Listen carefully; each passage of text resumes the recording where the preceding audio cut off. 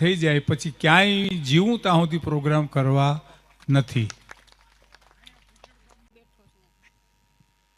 બોલ પીઠળ માત કી જય.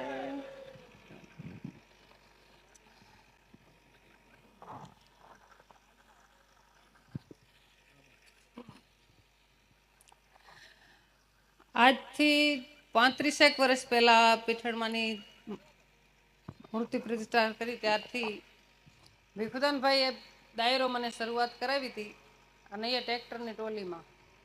અમારે પાસે આવું કાંઈ સ્ટેજ ને હતા નહીં. મને એવી નથી.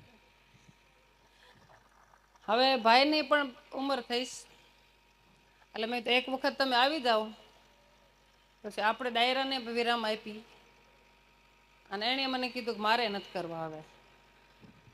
એટલે એ હવે બોલવાનું બંધ કરે. મારે કઈ ડાયરો કઈ આજથી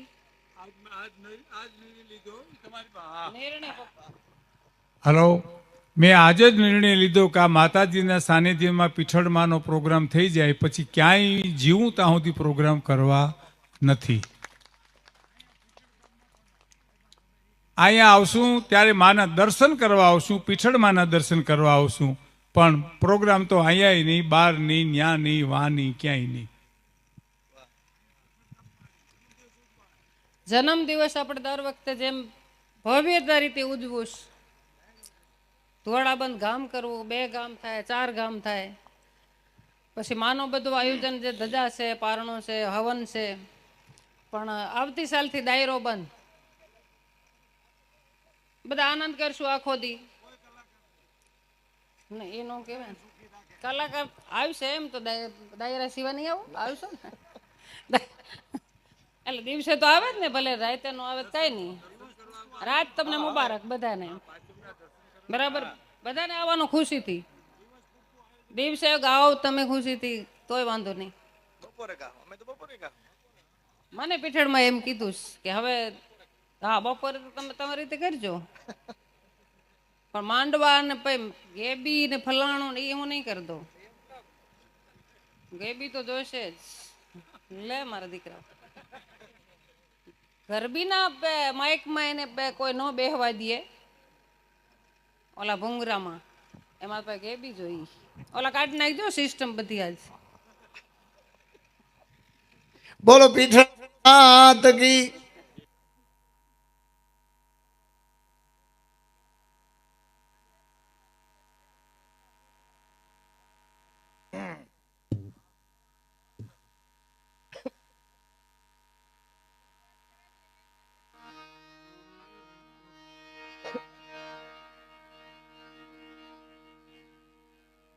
માયા આશીર્વચન આપને આપ્યા અને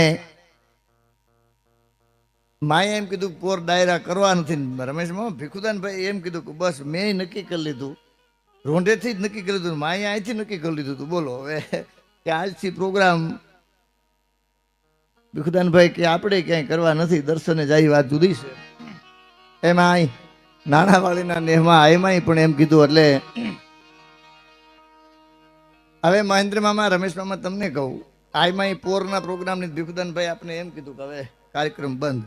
મને વચ્ચે વાત યાદ આવેલી કહી દઉં, બધાએ ભેહું દીધી હો ભીખુદાનભાઈ. અહીં પોર મેં દીધી પણ મને દોવા નહોતી દીધી ને એ જ દીધી મેં. એનો આભાર મા માટે કરવી છે.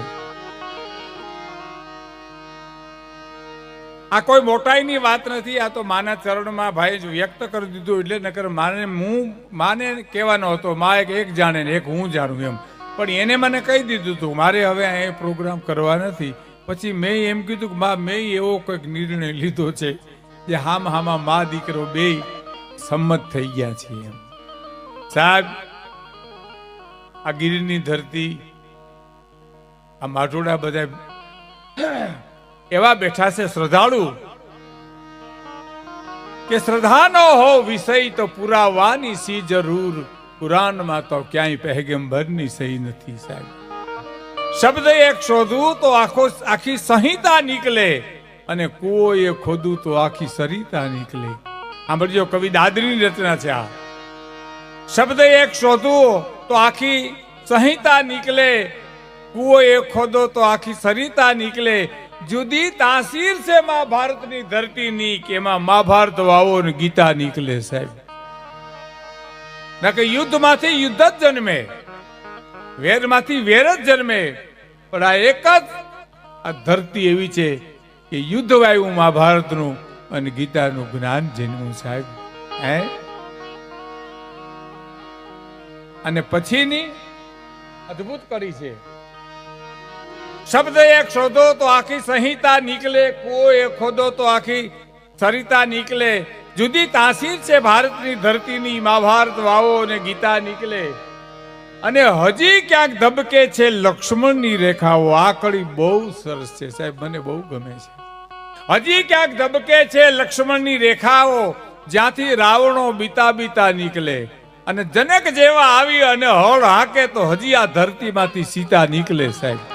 આ ધરતી ભારતની છે, આ ધરતી સૌરાષ્ટ્રની છે, આ ધરતી ગાંડી ગીરની છે સાહેબ.